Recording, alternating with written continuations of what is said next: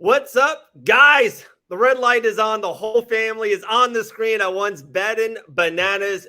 Guys, huge week. UFC pay-per-view. Gaethje, Oliveira, Rose versus Carla, Chandler Ferguson. So much to get into. But first of all, Elle Wagman, we got to, congratulate the fiance, Grant Dawson. Congratulations. There you go. Bring it home. Win money. Yes, absolutely. He looked great. Cool. Very cool. Ryan, how you doing, my man? Oh, I'm doing great. I can't complain. This was a tougher than usual, tougher than you would think night of fights to call. I think, but I can't wait to. I got a little bit of glitz and story behind every one of these picks, so I'm looking forward to it. I like it. And we've never done this before, so I'm just going to do this real quick, 15, 20 seconds. Guys, it's a huge day in mixed martial arts world. Guys, I'm live right now at PFL here in Arlington, Texas. Huge kind of fight announcements across the board with O'Malley and Pedro. Guys, we got maybe Chimaya versus Nate Diaz out of left field. We got Izzy versus Kinnear. We got a lot of stuff. So just a crazy day, like a good day for MMA. Oh, yeah.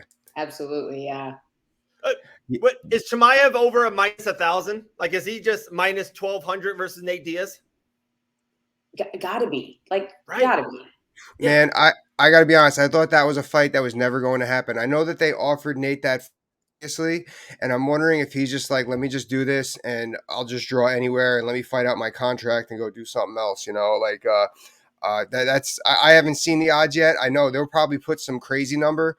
You know what? I bet they're going to mess with our minds and make it a lot closer at first and then widen it out going closer too, because I never in a million years saw that fight being put together. I can't believe it's not Poirier. It doesn't make sense. They've been talking about it back and forth, but we'll get into that. That's UFC 276. Guys, UFC 274, one of the best main events throughout the whole year. The odds are great.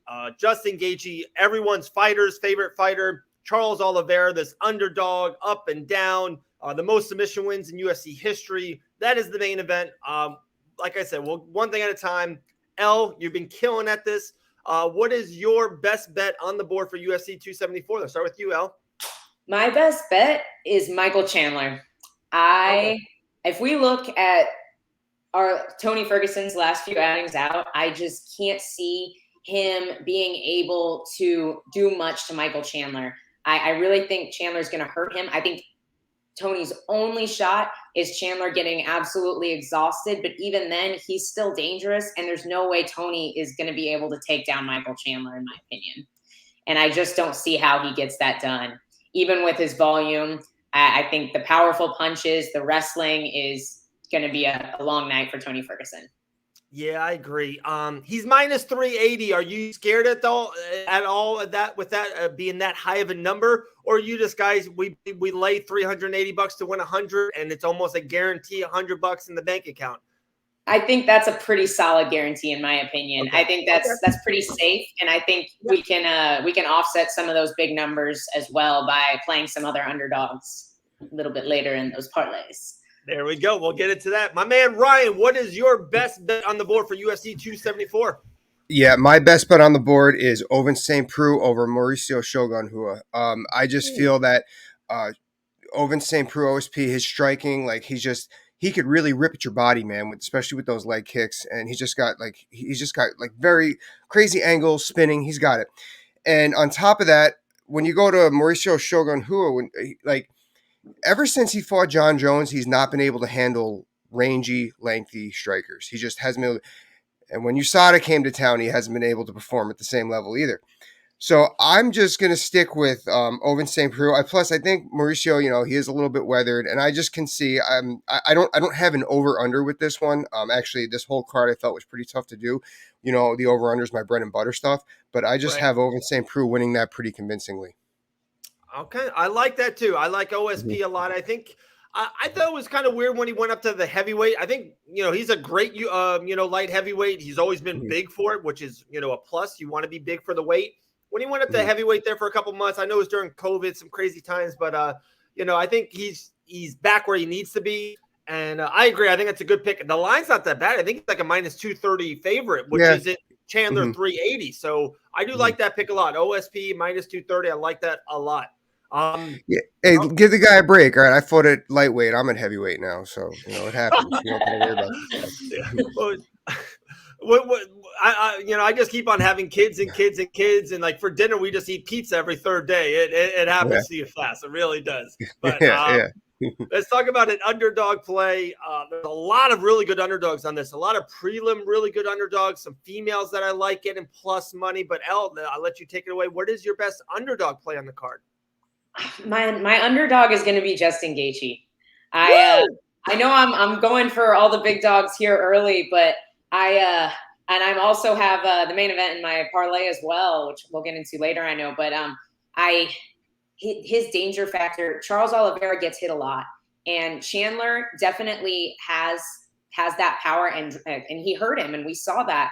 But Gaethje is more accurate, and he sets up his shots much better. I think he's going to make contact a lot more, and I actually see that fight being very short. Wow, I like this. Ryan, the mighty Quinn, what's your underdog play for UFC 274? I got to disagree with both of you guys on your most dominant pair. I actually have Tony Ferguson as my upset pick over Michael Chandler. Wow. And let me tell you why. This one, I have had to be. They literally called me a poor man's Michael Chandler when I was training. I had to be Michael Chandler as a look in maybe 75 rounds in my career.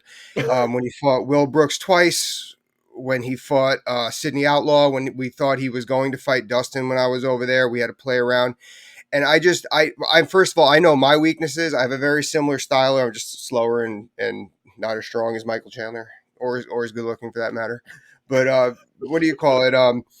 And then thinking of Tony Ferguson, whenever I think of Tony Ferguson, I got another story to this. So I remember we're at a fight night at some bar somewhere, and Dean Thomas is like 2 tables over, and we always BS on like analytics and stuff when we're watching fights. And I text him, Tony Ferguson, that's one fighter I'm not gonna be able to beat. And it was one of those where I texted him and I'm like, waiting for his reaction, thinking my buddy, my coach might be like, nah. He looks at his phone, he picks it up, he goes, oh yeah, no, you would never beat this guy. You would never do it. And then I'm like, oh yeah, really? No, listen, but anyway, but then we broke down. He's like, your style just doesn't matter. Now, Michael Chandler, if he lands that right hand on Tony, it's face to floor knockout. But that's a lot. That's a lot to ask against a Tony Ferguson, especially. I mean, Tony has a tendency to just back up against the cage. I don't think that's going to happen here. I think he's going to keep it standing, just 1-2 and move. And as we saw against Chandler against Gaethje, when he starts getting hit, it's like he just welcomes the being hit, and that's a lot of heart, but you're getting scored on and you're getting damage on, and I think that could happen here with Tony Ferguson. So that's why I think Tony Ferguson's going to upset Michael Chandler. I have a question there though, but do you think that Tony has the same ability to threaten danger with his strikes that Gaethje does? Because Tony doesn't hit hard. Punches and punches, absolutely. But I just don't think he needs to do much though. The pressure. Where I think that Gaethje was looking to knock out Michael, and he could have. I think that Tony knows that he doesn't need to do much. He just needs to 1-2 move. 1-2 move. Just don't stay up against the corner, because as soon as he does, it's lights out. Or up against the cage. Just 1-2 move. 1-2 move. Just keep that angle on him. Keep that angle. Keep him on his shoulder. And I think if he's disciplined enough to stick to that, he's going to pull this off. We're talking about the craziest dude in the UFC. You know that, but he puts together some crazy fights sometimes. That's my underdog pick. Let's go. I love it. I respect it. I really am on Chandler on this. The only thing I'm just throwing this out there, and we kind of talked about this. This was my Vera over Rob Font about Chandler comes over to the UFC. He makes such a big, he fights Dan Hooker, and everyone forgets, guys, he fought in Bellator like 3 months before the Hooker fight. Like, it was a really quick turnaround, fought Hooker. And it seems like Dan Hooker to Charles Oliveira, and then to Justin Gaethje to this. It just seems like a lot. Like, he's fought 4 times, 4 killers. And I know, like, the Hooker fight, I don't think he got touched, to be honest. The backflip, he did a backflip off the top of the cage. That hurts the knees a little bit. But, he got knocked out by Oliveira. The war with Gaethje, that's a life alternate fight that he went through. Just throwing it out. He's kind of been through wars quick. Like, yeah, I don't have to tell you this. Like, I just feel like sometimes you just have to give your body time. Do nothing. Go to the beach. Read a book. Watch Mandalorian with Grant. Like, just like get away from the fight a little bit. Get your body right. I don't know. But Chandler's no stranger to those wars either. Like, if we go back to like the Benson Henderson fights, like he's been going through those, and his wars. I will say this: his wars in the past have typically involved more grappling than the Gaethje fight did. Mm-hmm. But I think the grappling will help him take the Tony fight as well. I can see him. I think it's going to be easy for him to get Tony to the mat if he chooses. I'll tell you something else about Michael Chandler that goes against everything I just said. Being a wrestler, he's had to wrestle back from third place before. So he's had to lose and then come back on a quick turnaround. He's got that mentality. He's someone who stays in shape. You know, you don't hear about Michael Chandler going on a binge 2 weeks after the fight and stuff like that. And, you know, he's like a pretty Patty smart Pimblett. dude. I was thinking there's no Patty Pimblett and Michael Chandler. Or me. That's what I used to do. But yeah, so I don't think that I don't think that the turnaround, I don't think it's going to be a big factor there. Okay, sounds good. I love it. That was a really great conversation with Ferguson and Chandler and Ryan, dude. That was unbelievable with angles. Hey, I'm just here to bring my hair. That's all I'm here for. But we are going to. Well, I know how I get scored on. Best part of this show, the 3 fight parlays, has been absolutely money lately. Some wacky stuff last weekend. It wasn't our week, but we're going to come back. Elle, we're going to make a comeback. Let's have a really nice 3 fight parlay. I feel like you might have a little Gaethje in there, maybe Chandler. We'll see, but take it away, Elle. So my 3 fight parlay, I actually am just going on the under 3.5 rounds for the main event. Okay. I think that we're going to have a finish. I see. I think the only one that has the chance, I think Charles could possibly edge out a decision, but I think it's much more likely that we see that fight end in the first 2 rounds, especially with the way Gaethje throws power, man. I also have Andre Fialho by finish. I actually bet against him a few weeks ago and was proved very, very wrong.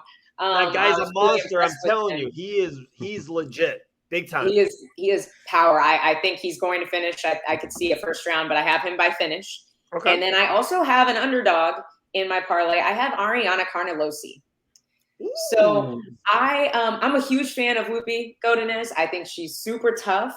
But after watching the Penne fight, I think she makes she has a lot of issues with decision making in the fight. She and not just the Penne fight, but also the oh my gosh, who was it? She was having trouble. Like 5 times in 3 weeks, it seemed like a little bit ago. She won me over. I think it was back to back 1 week. I'm pretty sure she fought 2 weeks in a row, and I was like, oh, this is my girl.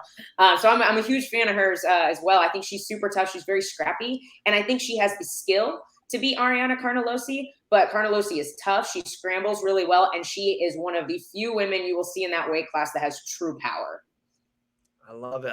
Under, and an underdog. I like that. All right. Ryan, 3 fight parlay, my man. Take it away. Oh, yeah. All right. I'm going to stick with my confident bet of the night with Ovince St. Preux over Shogun.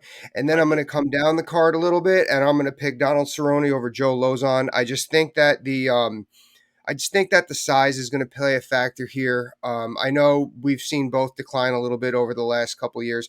Joe has not fought since October of 2019. A lot could happen between then. Wow. And I just think that like Joe actually has pretty good wrestling. Actually, I know his wrestling coach really well, but like Joe actually has really good wrestling. And but I just don't think that he's going to transition it well to get inside on Donald Cerrone unless Donald throws like heavy kick. And plus, actually, if there was any over-under, I wish we can bet on how many times the announcers are going to say Donald Cerrone has a very underrated ground game, because they always say that about strikers that they really like, that they don't want to say isn't really that good on the ground.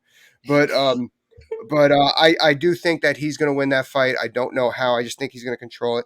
And then I got Thug Rose winning over Carla Esparza. I just think that she is she's been active, you know, fought a lot tougher competition when it comes to paper routes. And Carla had a little bit of a layoff, and she both wins and loses decisions. I mean, I think that when you win and lose decisions, that means that you're taking a 5 to 7 second rest at some point during a round. When Rose catches you on that, she scores, and sometimes she wins on those 5 to 7 second windows. Yeah, good point. So that's why I think Rose is going to win. So that's my thing. I got OSP, Donald Cerrone Cowboy, and Thug Rose. I love that. I can't believe it got us around 14 minutes and 30 seconds before we really mentioned Thug Rose and Carlos Esparza. And that's how great the card is. Like, we That's haven't the mentioned, card, guys. yeah. Chaos Williams at minus 120. I love this bet. I just think he brings more power. He's faster than Randy Brown. I like that. Guys, I like Macy Chastain a little bit as an underdog. She's like plus 175, 180. Yeah. I'm just going to be blunt here. Norma Dumont defeated, family of mine, Felicia Spencer. So I'm going to be always on the other side of a Norma Dumont fight. But I think maybe the most value, and you guys are the stars, and I'm just listening. I think Thug Rose should be a bigger favorite than what she is. I think we're getting decent value there. Last time I checked, she's minus 195, and she's went up. She was minus 175 like yesterday or the day before. This morning, I checked it. Yeah, that's a good straight bet. Absolutely. Yeah, I think she's too good. She's on another level. That 8 years ago was that loss. She has a lot of she wanted the Carla fight. She has a lot of motivation. And you don't have to give Rose Namajunas any more motivation that she already has. I love Rose like in this fight. I think it's one of the locks of the card. And we're Andre's minus 350. We got Chandler minus 380. So a lot of some big numbers, and Rose is there sitting at minus 195. I like it. That is kind of that's bizarre that she's not a bigger favorite. Right. Okay. I think we did it. Any last words, guys? A huge card, a huge pay-per-view, the full card, OSP. We talked about Cowboy a little bit. The undercards is Brandon Royval. He is an absolute monster. He's sitting at minus 240. This should be a really fun Saturday night. Absolutely. Prelims are going to, I stayed away from the prelims if you didn't notice, because those are going to be all over the place, up and down like this. Yeah. That's going to be, they're going to be a lot of fun to watch. But before we break off, we got to eat some crow. Elle and I, we were wrong about the main event last week. You told us how it was going to happen. So actually, you didn't really tell us how it was going to happen. Actually, I kind of went the way I said it was going to happen, except for the last 20 seconds of rounds 2 and 3, which was. But anyway, but you got the decision. So hats off to you, my man. Hey, thank you. Not just hat rack, guys. No, I was shocked. I'm with Ryan, man. Like, I thought after seeing the first round, Rob getting his jab going, he looked really great in the first. I was like, oh yeah, for sure. Like. He's a lock, but she is dangerous, man. He's dangerous. He's so dangerous, and it just kind of like what we talked about. I'm just throwing it out for the Chandler. I just think from afar, I think we're out. I'm out of the trees because I'm not a fighter. I don't train every day, and I'm not in there in months, and I don't go through wars. And I just think I'll go away for a weekend and then come back and watch the kids on Sunday, and I'm spent. I need a Monday off of everything to get just my body and mind right. And I don't think people are realizing Michael Chandler just went through war. He literally went through life-altering war with Justin Gaethje. And, that's the same thing Rob Fonte did. Rob Fonte, got pretty pieced up by Jose Aldo. He usually takes 8 to 10 months off. He did it. He got back in there quick. And I think you kind of saw that at the end of rounds. He kind of got a little bit off. He got a little bit sluggish. And maybe it looked like a bad weight cut, too. The man's never missed weight. Yeah, when he missed the weight, I went high on Marlon Vera, bet even more on him. So the twin girls have new pairs of shoes. I'm just going to leave it like that. Elle, Ruthless, you are the best. FAC, your fight's coming up soon, right? Yeah, 3 weeks, or really 2.5 now. 2.5.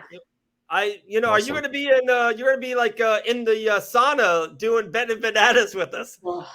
No, not on a Wednesday. Oh, no, actually, because Thursday weigh-ins. Yep, Thursday weigh-ins.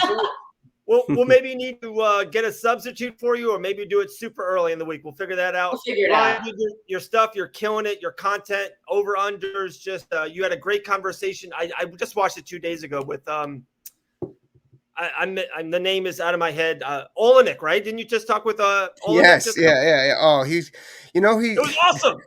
He's so great. He said the funniest thing. He said he said his last 3 opponents weren't even born when he first started fighting MMA. Like, I was just. He was great. Grant and I looked it up once, and he had his first sanctioned pro fight. I'm sure there were more before that, but he had his first sanctioned professional fight when Grant and I were 2 years old.